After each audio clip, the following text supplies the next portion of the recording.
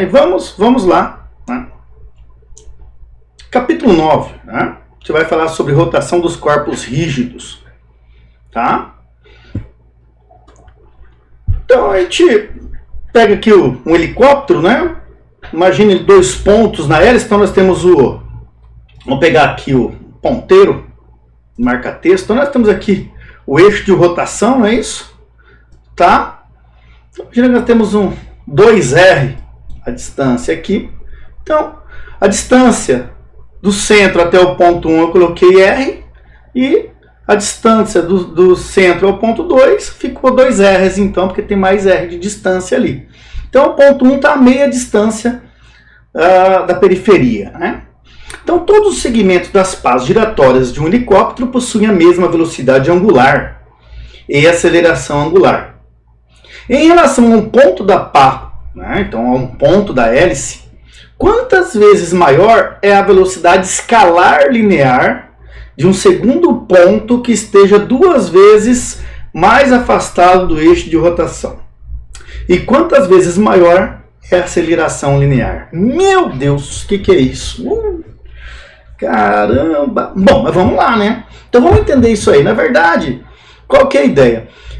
Considerando que a velocidade de rotação seja constante, então a velocidade angular vai ser sempre a mesma, tá? Então, como se ele não tivesse outra velocidade, sempre a mesma velocidade angular. Então, vamos imaginar lá 1000 rads por segundo.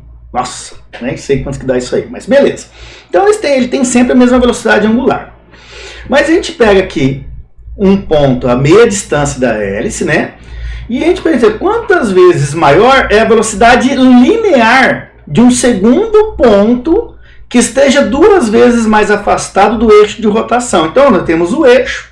Então, é como a gente estivesse dando voltas, né, em círculo, mas um ponto, uma pessoa mais próximo do centro do círculo, outra mais distante. Então, as duas vão dar, né, uma volta ao mesmo tempo.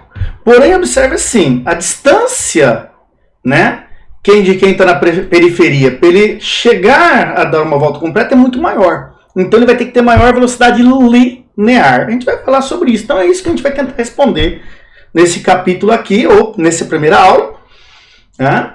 E também, para isso, a gente vai precisar conhecer os conceitos de movimento, ou relembrar os conceitos de movimento de rotação, tá?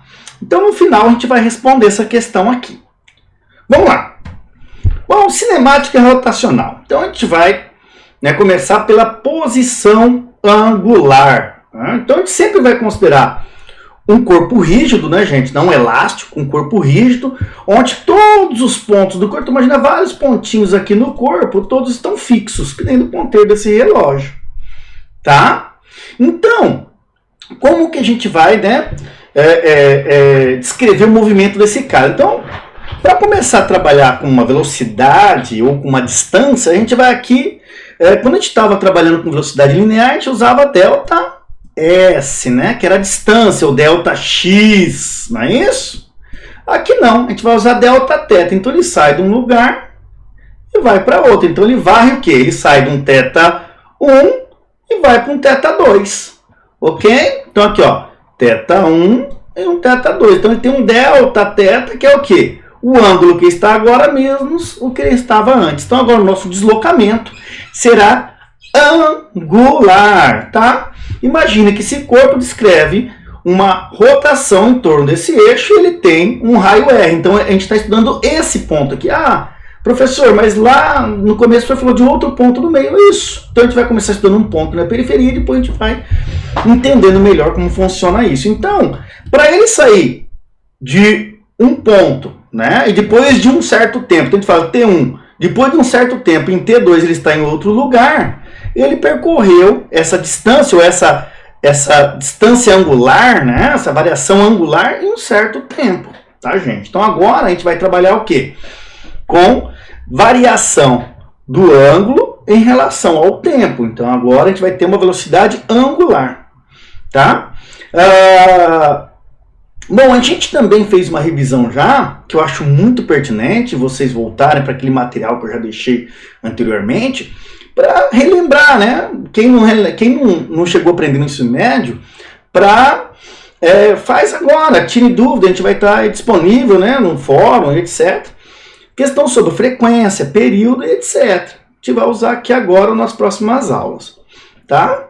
Então, a gente vai falar aqui, ó, seja um corpo rígido de massa M que gira em torno de um eixo fixo. Cada ponto deste corpo descreve um círculo. Então, a gente estava ali, ó, sentido de rotação, ele vai rodar, tá? Cujo raio R é a distância entre o ponto e o eixo, tá? Que a gente comentou aqui agora, tá? A posição angular dessa reta é o ângulo que a reta de referência ponteiro faz com a reta fixa, o eixo do x. Então, a gente vai sempre usar um eixo do x aqui para, né, na verdade é 0 graus, π sobre 2, né, π, 3π sobre 2, 2π. Então, a gente vai usar isso aqui, a gente vai ver daqui para frente que tem que ser em radianos, tá? Então, a gente vai estudar mais ou menos a rotação, né, a rotação de uma bicicleta, de um pneu de bicicleta, etc. Bom, vamos lá. A velocidade angular, então, né, é a taxa de variação do ângulo, né, em relação ao tempo. Então, a gente pode o quê? A gente usa a letra ômega, né, letra ômega para representar a velocidade angular. A gente está colocando o quê? Ele girando, né, os corpos girando, só para ter uma referência, tá, gente? Não precisa adotar, isso aqui é relativo. Só que ele está adotando o quê? Uma rotação no plano XY, tá? Então, olha aqui, rotação no plano XY, ok? Então, se a gente quer saber, né, os valores médios, a gente fala a velocidade média angular, a gente pega a variação do ângulo e divide pelo tempo que ele demorou para variar esse ângulo, tá? Ok? Bom, como a gente sabe que o eixo, né, o eixo trigonométrico é 0, π sobre 2, π. Então ele sempre aumenta no anti-horário. Então o ângulo no anti-horário é positivo. E no sentido horário é negativo, tá, gente? Então, o que a gente tem? A gente vai ter, então, o sinal da velocidade, né? Se ele é positivo ou negativo. Então, quando ele rodar no sentido anti-horário, o delta θ, né, a variação do ângulo vai ser positiva. Lembrando que tempo sempre tem que ser positivo, senão a gente vai estar viajando no tempo. Tempo negativo aqui pra gente não existe. Então a velocidade vai ser maior que zero, velocidade angular, velocidade média angular, né, quando ele rodar, né, ou girar, né, em torno do eixo Z, nesse caso, no sentido anti-horário. Quando ele girar no sentido horário, aí vai ser negativa essa velocidade, ou menor que zero. Tá bom? Mas e a velocidade instantânea? Aí eu tenho que fazer o limite, né, com ΔT tendendo a zero para pegar instantaneamente. Então a gente tem que fazer uma derivada. Então fica, em vez de Δθ por ΔT, a gente fica com dθ dt.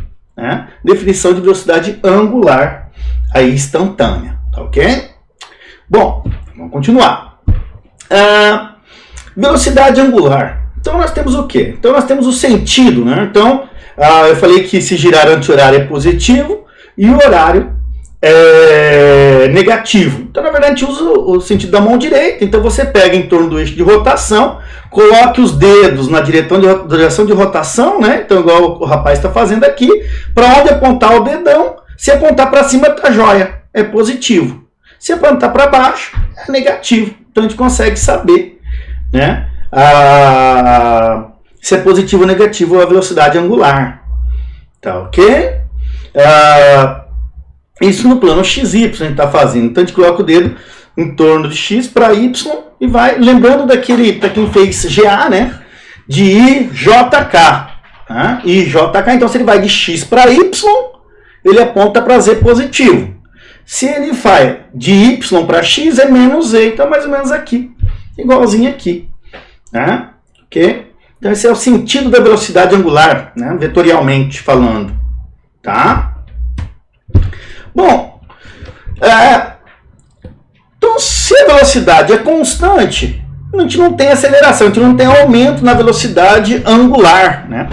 Mas não necessariamente é assim. Então você pega o motor de um carro lá, né?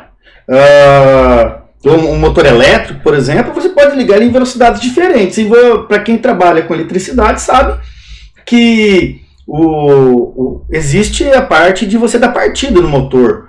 Né? Então ele vai aumentando sua velocidade para estabilizar. Né?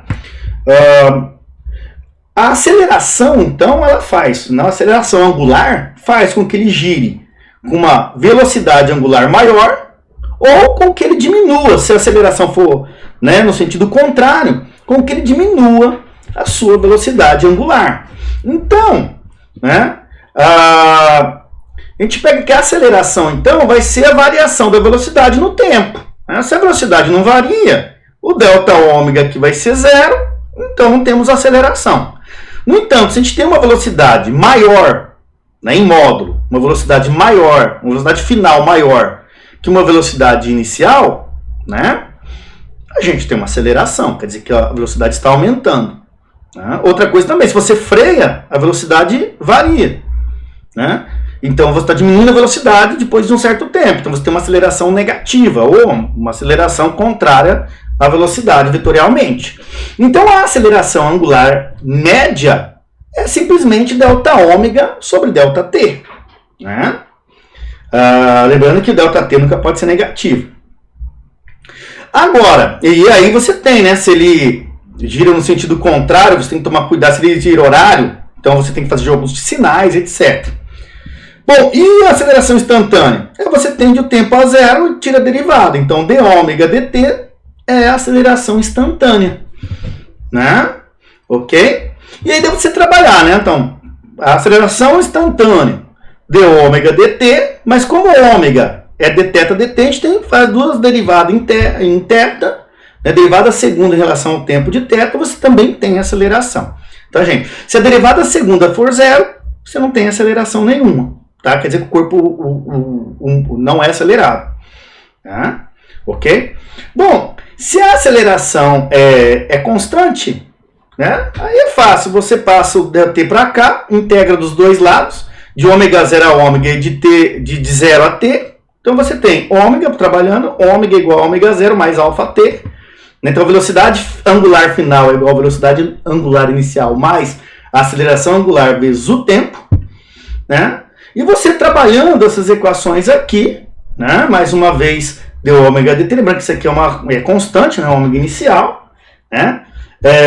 Ômega é dθ dt, você agora fazendo um lado de θ0 a θ e o outro lado de 0 a t, você consegue ter, né, t ao quadrado sobre 2, integrando, você consegue então chegar nessa relação, misturando essas duas, somando essas duas, você consegue chegar, isolando o t aqui, substituindo aqui, nessa relação aqui, né, velocidade angular ao quadrado é igual a velocidade angular inicial ao quadrado, mais duas vezes a aceleração angular, vezes a variação angular, né, ou delta θ, tá? Ok?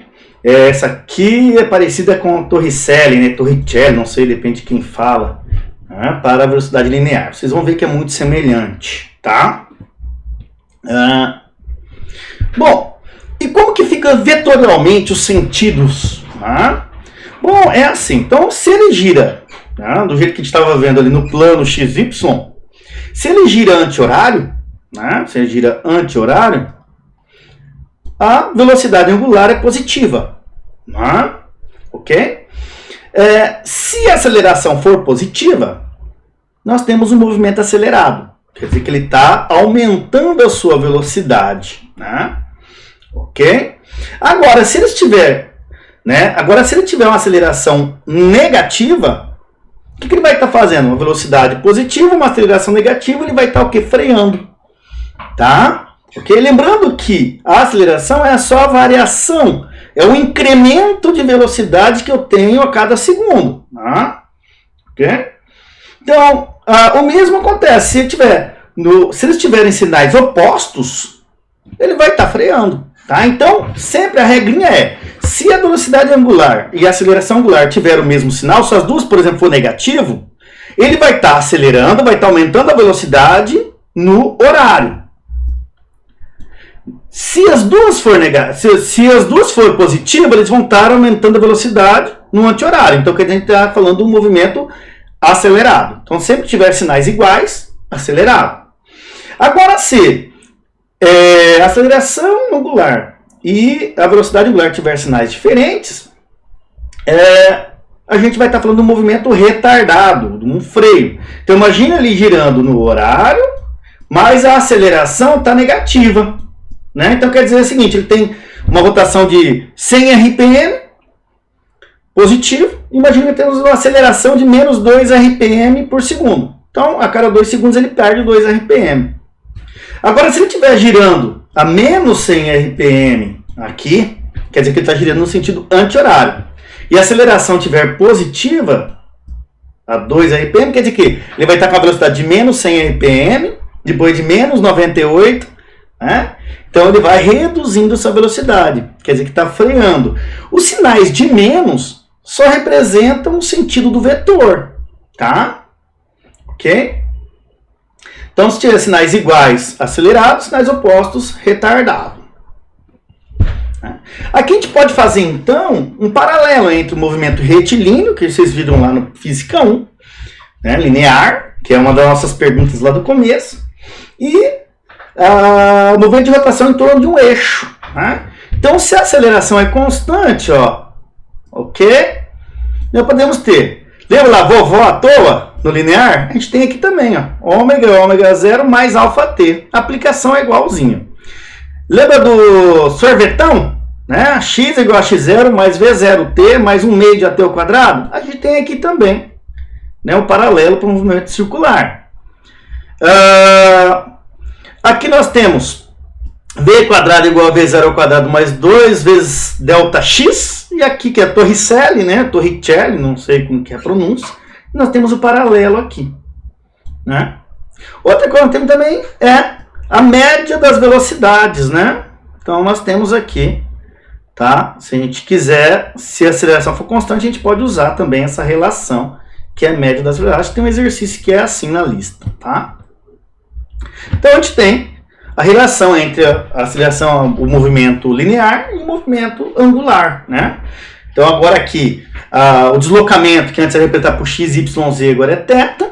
Velocidade, que era o v, agora é ômega. E aceleração, que era a, agora é a x, a y, a z, agora era alfa. Alfa z, alfa x, alfa y, né? Vai depender do plano de rotação que ele vai estar.